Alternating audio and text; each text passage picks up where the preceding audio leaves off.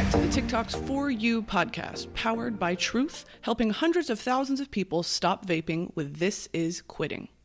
Today, I'm speaking with truly a living legend, one of the most widely recognized scientific minds in pop culture, a nostalgic icon for some, and a palatable science communicator for others. You know him, you love him, it's Bill Nye the Science Guy! Bill. Oh, we love that song, Brittany. We're kooky for that song. We love it. Bill, it's an absolute honor and a privilege to get to sit down with you. You were one of my favorite parts of elementary and middle school, as I'm sure a lot of people would agree. When that black box TV would be wheeled into the classroom and that theme song would play, we knew we were in for a good time. And I think your videos really, from an early age, I started to see education as something that could be fun when it's taught by someone that's passionate about what they're speaking about. So I'll say, what's more fun than learning? Absolutely. Yeah. You know what's more fun? Taking tests. Yeah, well, taking tests, everybody, is just something you have to get good at. And it's like, I'm sorry, it's just how it is. You just got to put in the hours.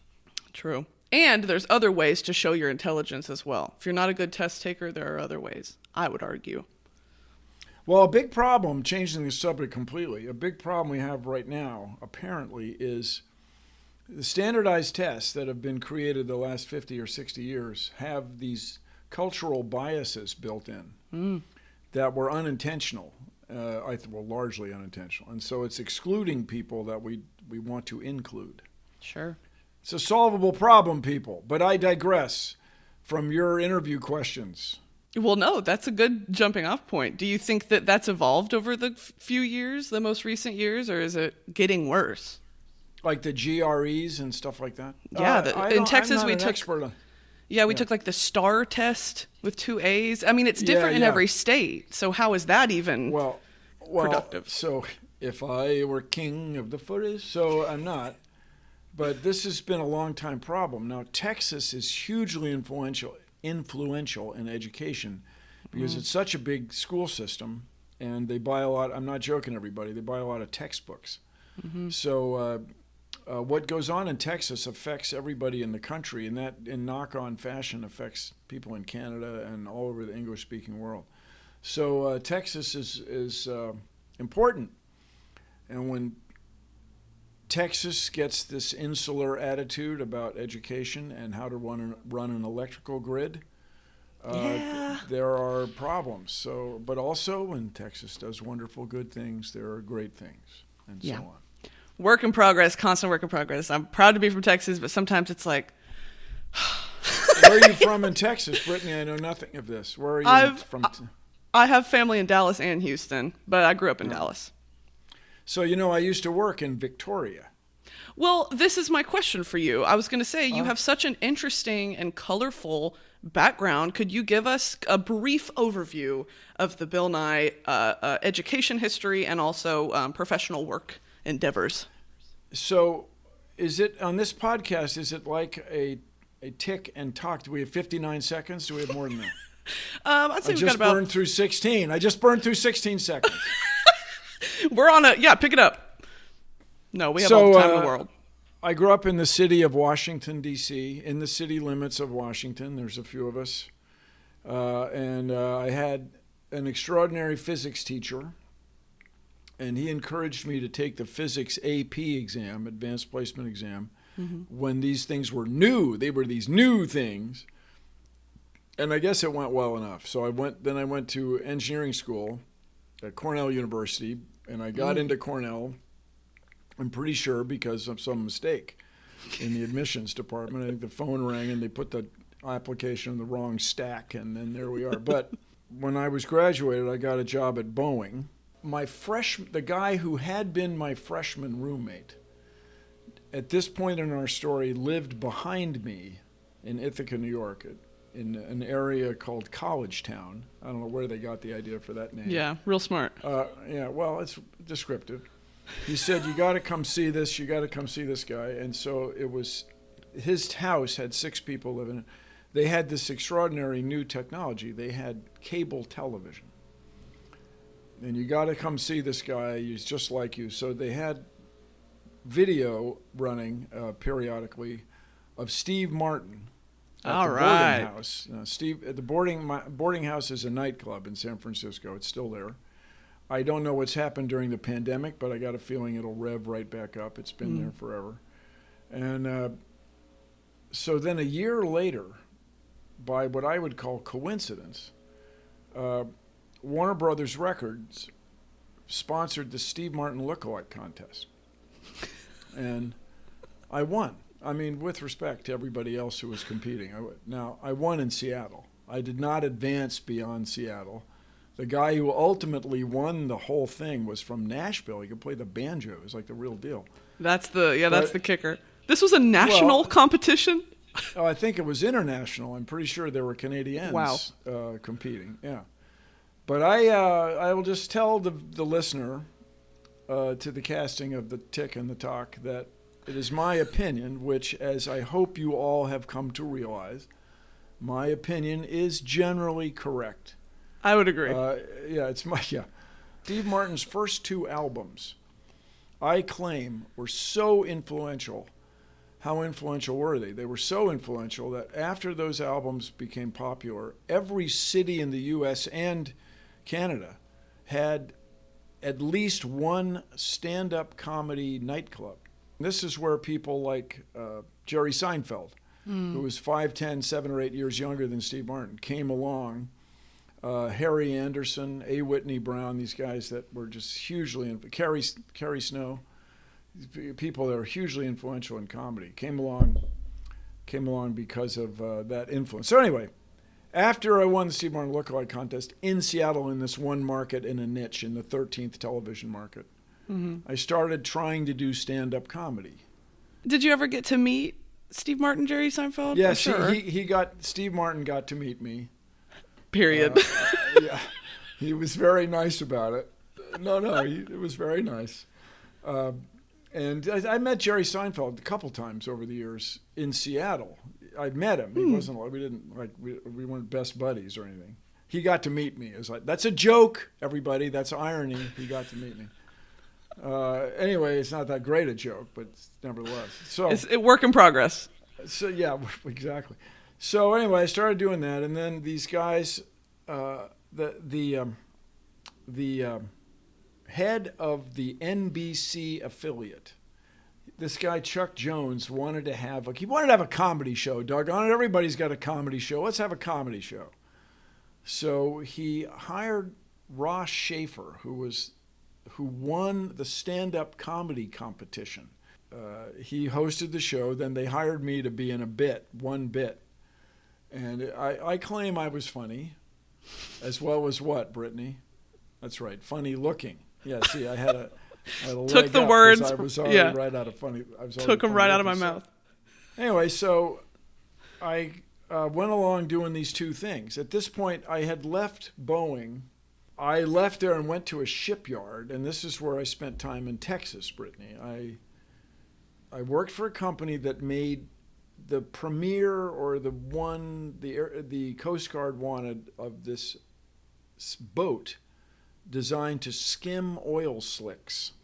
And I worked in that for a while, programming these valves and stuff, and it's just too low tech.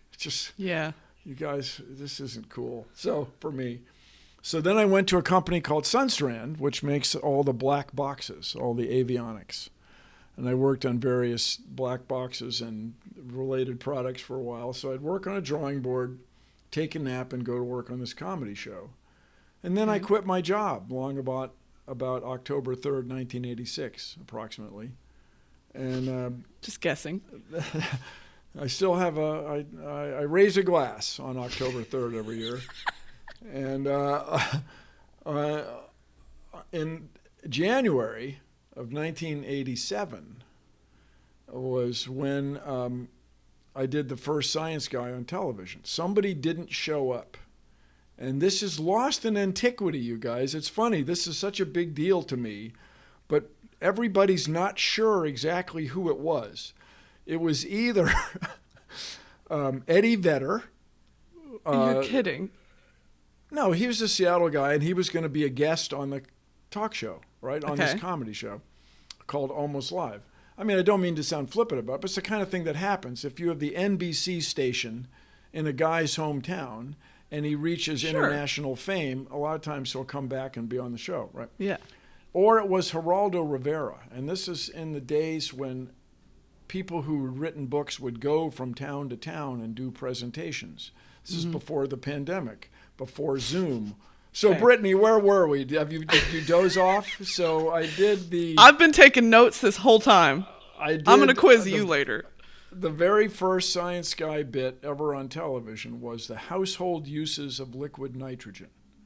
Because, we all have liquid nitrogen around. Of course we do. Just sitting around. Yeah, and we're all into what is it? Molecular gastronomy. That's a big cooking fad, right? It's liquid nitrogen. All right, you can make ice cream in an instant, or almost an instant. Anyway, it was funny. I claim it was funny. You hit the onion with the knife, it sounds like breaking glass. The celery has gone limp, you make it crisp again. You chew the frozen marshmallow and steam comes out of your nose. Come on, people, it's a crowd pleaser. And so I realized kind of in a moment that this could be the real deal. Anyway, one thing led to another. I met Jim McKenna and Aaron Gottlieb, who worked on a show called Seattle Today. And so they wanted to start their own production company, and they did. And they hired me, and we did a bit called Fabulous Wetlands. Washington State is so hip, it's so groovy. It's got Fish and Wildlife. The Department of Fish and Wildlife is fine, but no, there's a Department of Ecology. And this is in 1988, you guys. And so ecology in Washington State is very important. It's the western state, and people are very concerned about the environment and so on. Mm-hmm. So wetlands are some of the most important now natural you're talking, phenomena. Brittany, bring it on. Yes. Yes. Marshes, wetlands, and swamps That's are some right. of the most important things. Bogs, Bogs, prairies. First Nations people, Native Americans, call these certain wetlands prairies. It's a different use of the word. Anyway, they soak up floods, they're home to wildlife, and they filter the water. So it's the triple threat. Anyway, we did that. And it became a template for the Science Guy show. So then it took another 4 years of Jim and Aaron running around the country, taking meetings with the Department of Energy, the National Science Foundation, Boeing, a company called Ore-Ida, Oregon, Idaho, potatoes. And then we got enough funding to do a pilot in 1992. And it emerged at the moment, or the years, that Tipper Gore, Al Gore's wife at the time, was really concerned about children's television. And there's something, Tipper Gore really advocated for something called the Children's Television Act, CTA. And you, Brittany, are of a certain age where you watch the TV show, right, where Uncle Bill's on there going on about wetlands or oxygen or whatever he was talking about. And that derived, the show was available at sort of this moment in history when funding was available. And so we did 100 shows, and here we are. And look, you watched them all, and you're fine. You're fine. I turned out okay. Sure. I'm a little funny looking, but that's beside the point. No, I embrace it. That's what I say. Embrace it. It really was, I guess, it sounds like this perfect intersection of right place, right time. Well, so this is what I tell everybody, people of all ages. What should I do with my life? My big thing is just get started. Sure. You don't know what's going to happen. Just get started, get out there and start doing something, and one thing will lead to another. I love that. Look Did you ever You're think... on a podcast. Pretty soon you're going to have your own production company. Man, well, we could talk later about just the evolution of from being online or growing up on social media to where the heights it could possibly take you. It really is just unimaginable. And it's weird to think that this is how I never thought I'd meet you, first of all, kind of fangirling, hope you don't mind. That's fine. And the word meeting, everybody, we're on electronictivity. Where are you on Earth? I'm in Los Angeles, California. Oh, so am I. Oh, cool. But we didn't even know it. No idea. But it's very much, my experience online was completely by accident, depending on how you look at the universe and things, by accident or was it intentional? Going viral and, developing a following, and suddenly you have this platform. It's not so different, I guess, you and I, but the way that we're meeting is via TikTok, via the TikTok podcast. Did you ever see this happening? I mean, are you reaching new audiences through your TikTok? Is this just, you're trying to... So tell me about it. The answer is no and yes. Always. So TikTok has played into my hands. Right. So we had a saying on the Science Guy show, no bit to exceed 49 seconds. And you guys, this was a turn of phrase. This was an expression. This was not a hard and fast rule. This was a guideline, not a rule. But what I'm driving at is part of the success of the Science Guy show was how quick everything is, how short everything is. And people like to complain about kids today, these kids with their TikToking and their phones and so on. Okay, whatever. The attention span. Well, but here's my claim. You watch a regular person, somebody older than you might be, Brittany, in the doctor's office where the stack of magazines is. You watch how often that person turns a page. Just flip, flip, flip, flip. In other words, our attention spans have always been short. And if you just look out the window and see how long you stare at a single object, you stare a very short amount of time. And so this is just human nature. So when TikTok came along, not to exceed 59 seconds, that's my kind of thing. That's my kind of thing right there.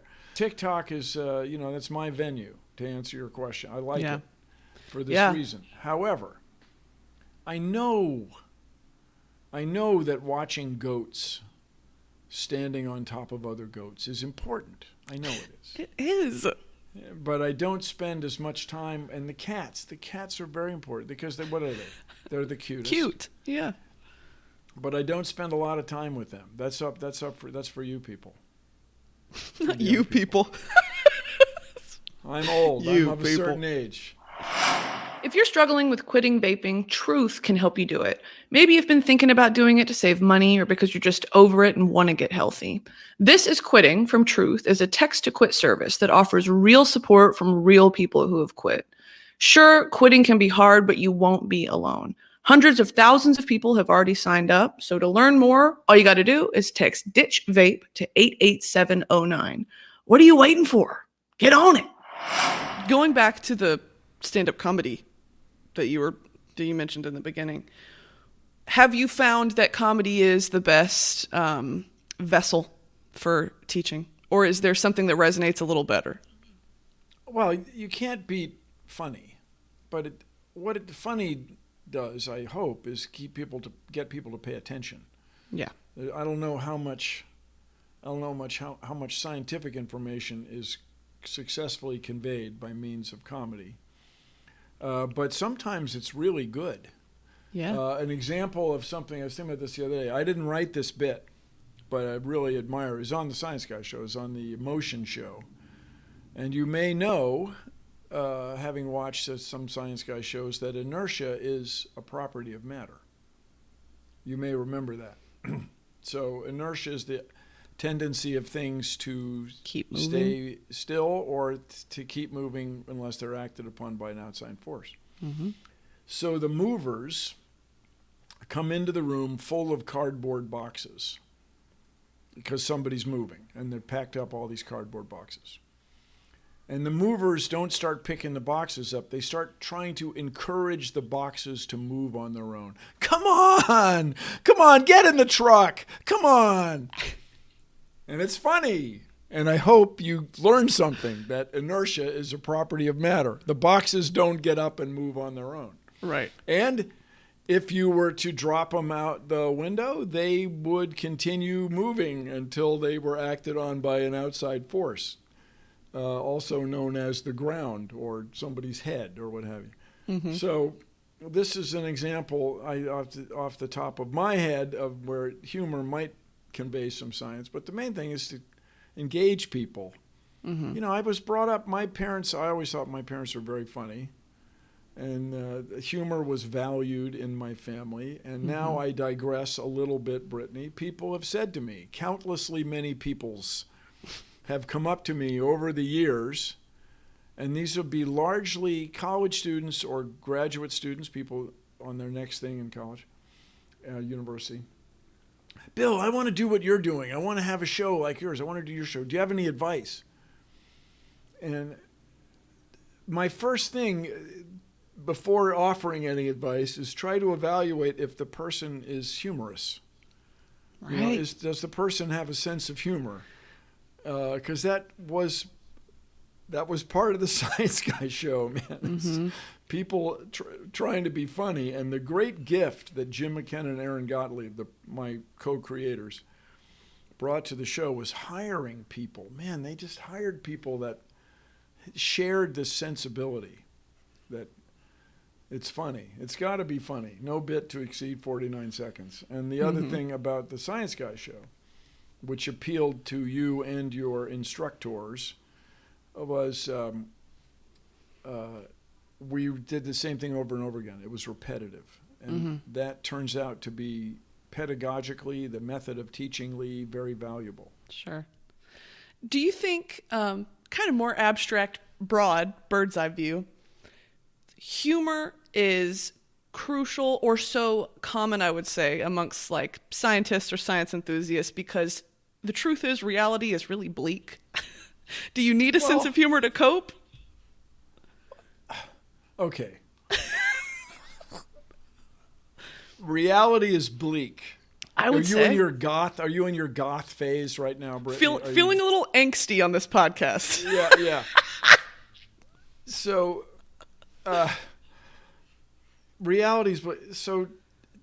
once you know and appreciate what I like to call your place in space, your relationship to the cosmos, the whole thing takes on this magical quality. And I'll just tell you, this is something that a quotation that's attributed to Carl Sagan quite a bit. But I'm really not sure he was the first guy to have this insight, but the way he expressed it was articulate.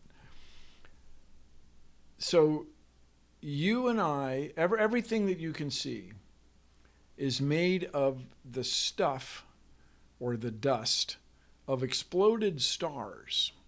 So you and I are made of stardust, and you and I have figured this out, or our predecessors, our ancestors have figured this out. So you and I are at least one way the universe knows itself. And that to me is profound. That to me is astonishing.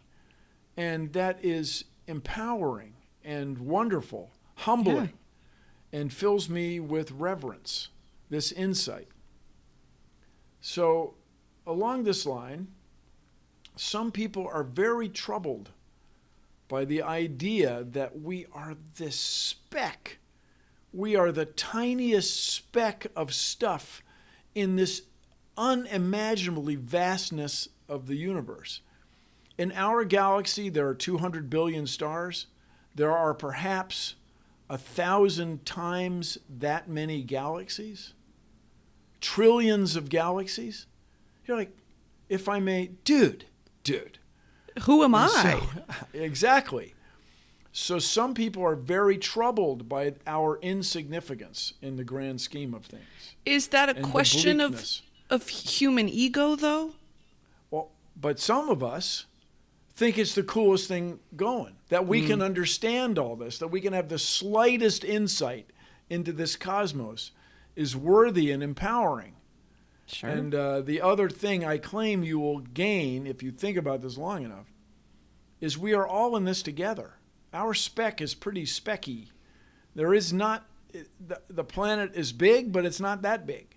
Right. And we are much more alike than we are different. And So true, bestie. And so, yeah, well, and so when more of us come to realize this, it is to be hoped. Hope is not a plan.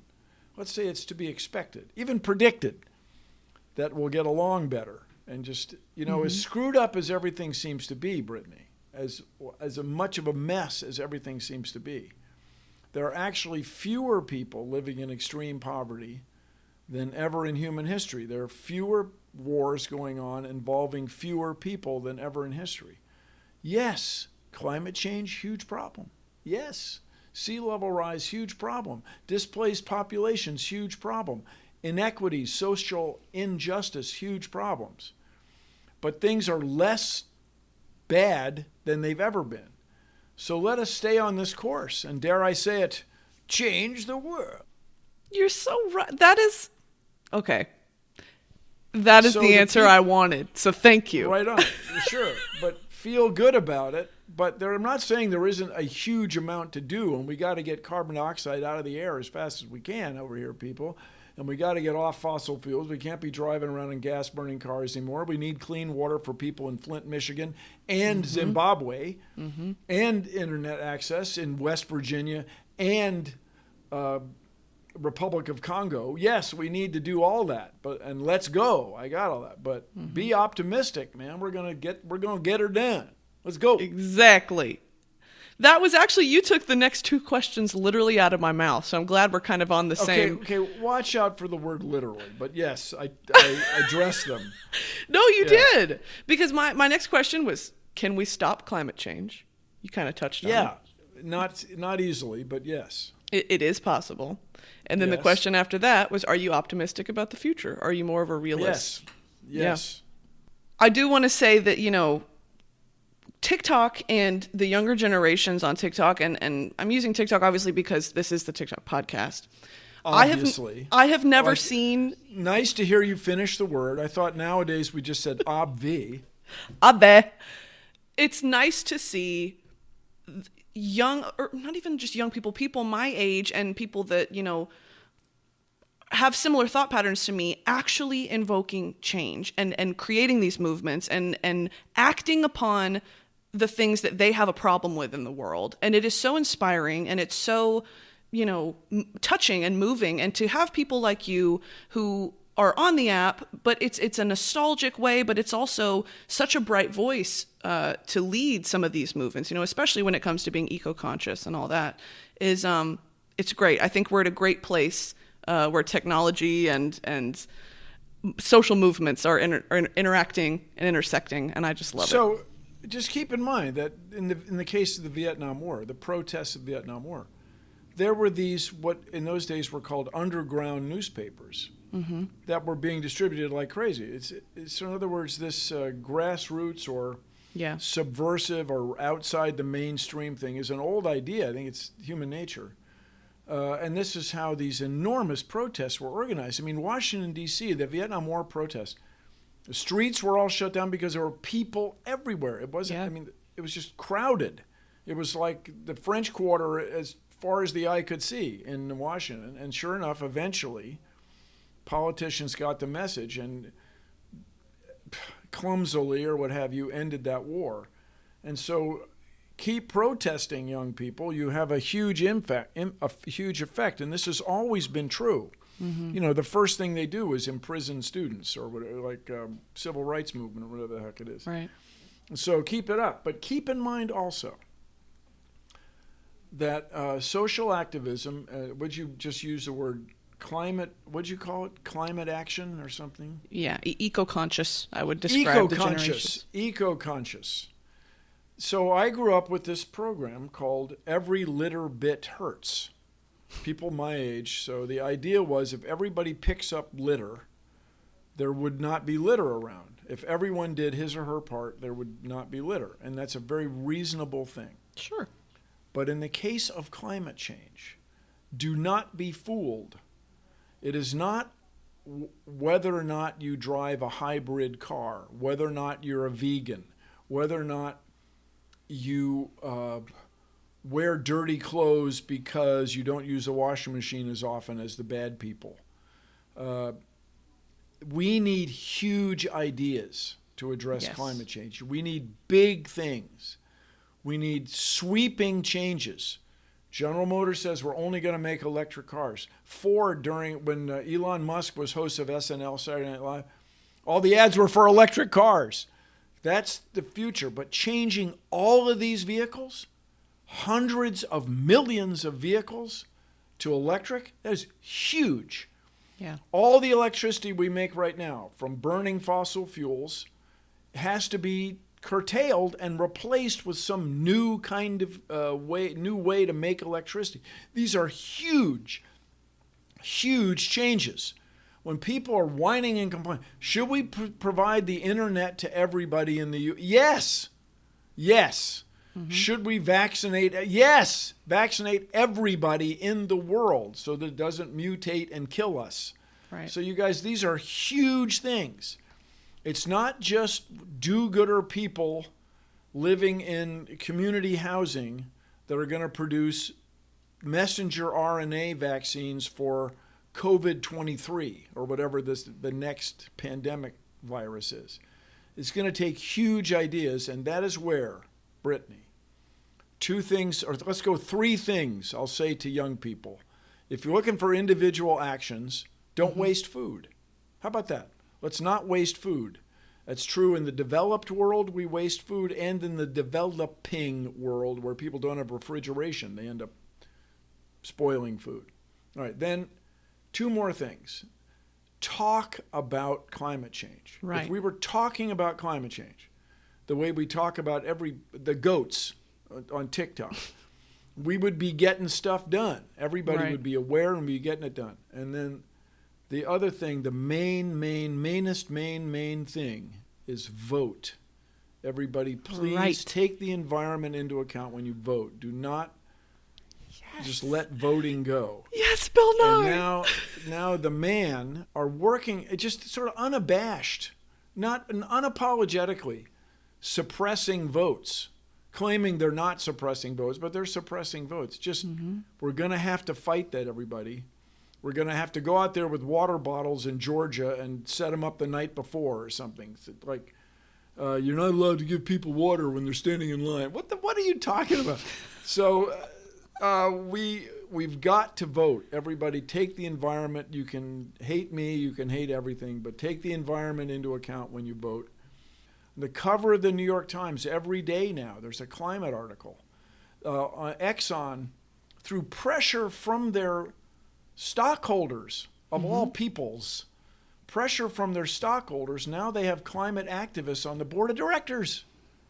And let the record show, Uncle Bill was back in 1994 when I did a thing for Disney with Ellen DeGeneres. I told those guys from Exxon, they were all guys, I told them, you guys got to get out of the oil business. You got to get in the energy business. Exxon used to make these bearings for wind turbines, by the way, a division of Exxon. And so things are changing, and Brittany, you're part of it, and your listeners are part of it. So thanks for having me on the show. Wow. Yeah, this was everything and more. I think that's a great place to wrap up. Bill, I can't thank you enough. This was so yes, insightful. You can. Thank you. I can. I'll send you. It is I who must thank you. I'll send you an edible arrangements later. Okay, yeah, but I don't eat marijuana. That's for the young people. If that's what you mean by edibles. Edible arrangements are fruit. Okay, fruit good. and chocolate arranged like flowers. Like it's cute. Okay, it's very how cute. Charming. It's the cutest. Oh my God, it's the cutest. Well, if you have anything you're working on right now that you'd like to plug, go ahead. If not, we'll sign off. Everybody, buy my latest book, The Great Bill Nye's Great Big World of Science. It's a pretty big book. There's only 8 in a carton, so you'll need a couple of cartons for all your gift needs. Let's see, the solstice is coming up. You'll want to have 16 copies for that. No, I'm kidding. And then I'm working on a new show that was announced in March that'll be out next year called Right Now. The working title, Right Now, is The End Is Nigh. Oh, I like that. Yeah, so it's about what we're going to do to address these big problems. That's what the show is about. Can't wait. Well, thank you again, and we'll see you on the next episode. Let's change the world. Woohoo! Bill. Woo!